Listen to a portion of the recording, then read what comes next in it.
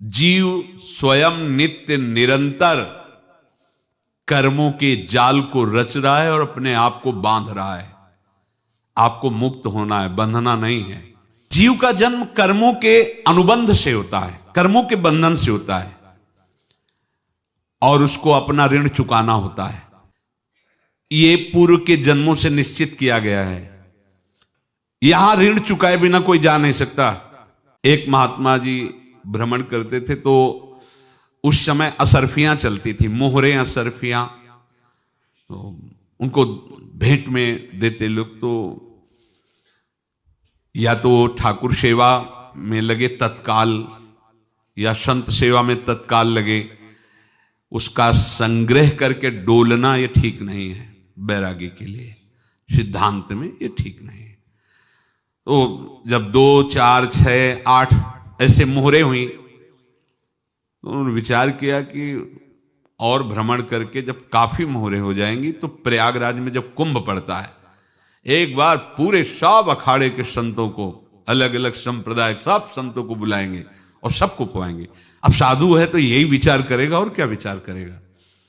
तो उन्होंने ऐसे डंडा बनवाया, बेंत, जो ऊपर से चूड़ीदार और भीतर पोला, और मोहरे उसमें डालते गए। और भ्रमण, जहां जहां श्रद्धालु भगत सबके यहां जाना और इच्छा रखना कि एक मोहर तो दे दे दक्षिणा में। कामना कोई भी हो वो बांधती ही है, ध्यान रखना। इसीलिए प्रभु जो चाहे वो करे, अपनी चाह नहीं रखनी चाहिए, अपनी चाह प्रभु की चाह में मिला देनी चाहिए। धीरे धीरे वो छड़ी भर गई। भ्रमण करने वाले महात्मा चूड़ी लगाई, इंतजार करते रहे। जब प्रयाग का कुंभ पड़ा तो चले। तो रास्ते में एक गांव में पूछा जाता है, जैसे कहीं रुको कि कोई श्रद्धालु ऐसा है जो संत सेवी है। तो कुछ लोगों ने बताया, हाँ एक परिवार है, बहुत संत सेवी है और आपको मिलाते हैं उनसे।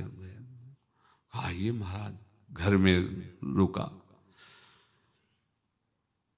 खूब अच्छा हलवा पूड़ी पवाया, और जो घर के मालिक थे चरण दबाए। चरण दबाते दबाते उनकी दृष्टि पड़ी उस डंडे पे।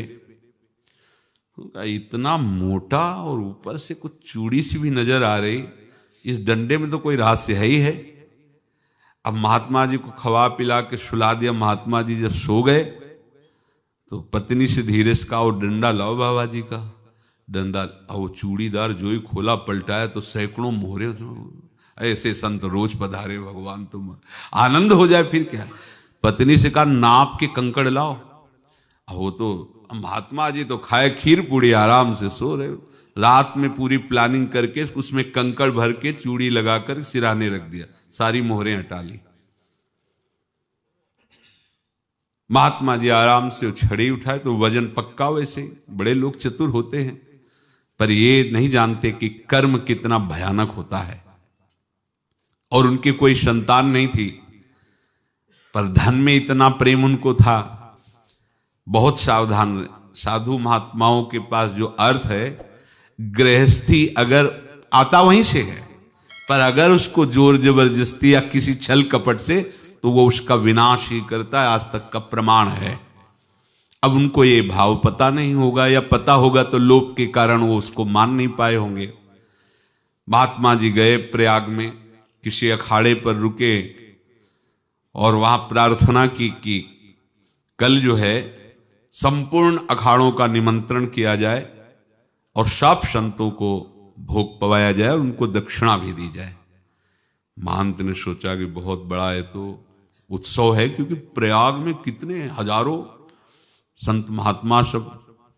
उनका महाराज बोरों इसमें चीनी और टीनों घी लगेगा, सब व्यवस्था। बोले आप मंगाइए, एक एक हिसाब हम करेंगे, हमारे पास सब व्यवस्था है। बोले कुछ तो पहले दे दो, इकट्ठे देंगे हम। उनको था कि अगर हम छड़ी खोला और 2-4 मोहरे दी, किसी को पता लग गया तो गड़बड़ हो सकती। बोले हम भंडारे के समय आखिरी में सब कुछ आपको दे देंगे। ठीक है।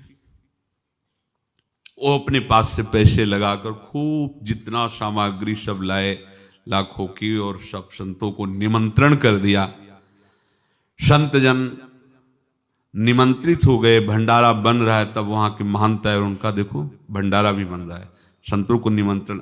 अब आप अर्थ की व्यवस्था कीजिए, क्योंकि इतनी बड़ी हमारी सामर्थ्य नहीं थी जितना हमने किसी तरह हमने व्यवस्था की। अब मुझे अर्थ चाहिए, तभी आगे की व्यवस्था बढ़ेगी। संतों को दक्षिणा देंगे और जिनसे अर्थ लिया उनको दे। देखो रसोई बन गई है सब। उनका छत में विश्वास नहीं तो ये अभी चूड़ी खोली। उनको तो था ना कि मोहरे हैं कंकड़। तो अब जैसे कितना उनको सदमा लगा होगा, हजारों संतों का निमंत्रण, रसोई बन, मतलब संत हो के छल कपट। तो उनका महाराज आपने तो हमारा नाश कर दिया, जो महंत थे। अब बताओ रसोई बन गई, संत निमंत्रित हो गए और आप ये कंकड़ दिखा रहे हैं हमको। आपने तो हमें बर्बाद कर दिया, हमारी इतनी सामर्थ्य नहीं थी, आप पहले बता देते। संत होकर ऐसा छल कपट। अब वो बोले तो क्या बोले, क्योंकि उनको पता था कि मोहरे हैं इसमें। अंदर से उनका चिंतन गया उसी सेठ के पास, अच्छा ऐसा धोखा हमारे साथ किया, भोगोगे तुम। ये जो निकलता है ना भोगोगे, ये अकाट्य होता है। क्योंकि किसी का भी हृदय, मान लो किसी भी जीव जंतु को आप कष्ट दें और उसका हृदय आह भर जाए, तो वो आह वज्र की लेख है, तुम्हें भोगना पड़ेगा। वो देखो भीष्म जी को भोगना पड़ रहा है ना। सांप को ऐसे धनुष की नोक से उठाया और बंबूल के कांटों के ऊपर फेंक दिया, कई दिन तक सेदा हुआ, वो आह भर करके मरा। तो आपको 6 महीने बाणों की सैया पर आह किसी की ना लेना जिंदगी में। कोई ऐसा कोई आह भर करके कह दिया तुम समर्थ हो, हम तो कुछ कर नहीं सकते, और अंदर से दुखी, फिर तुम्हारी सामर्थ्य काम नहीं करेगी, मिट्टी में मिला देगी। फिर ये तो संत थे और भगवत आराधना के लिए, संत आराधना के लिए ही ऐसा किए हुए थे। अब इनका कैसे मुंह दिखाएं, अब क्या करें। सुबह संत जन आएंगे, सबके बीच में हमारी कि देखो इन्होंने, अब क्या करें। गए और संगम में जाके छलांग लगाई, अपने प्राण त्याग दिए। अब उनके तो पास मोहरे थी और व्यापार बढ़ा, और 9-10 महीने बाद ही लड़का हुआ। अब तो उनको कि संत फलीभूत हो गया। देखो व्यापार चल रहा, लड़का नहीं होता था, लड़का भी हो गया, बड़ा आनंद छा रहा है।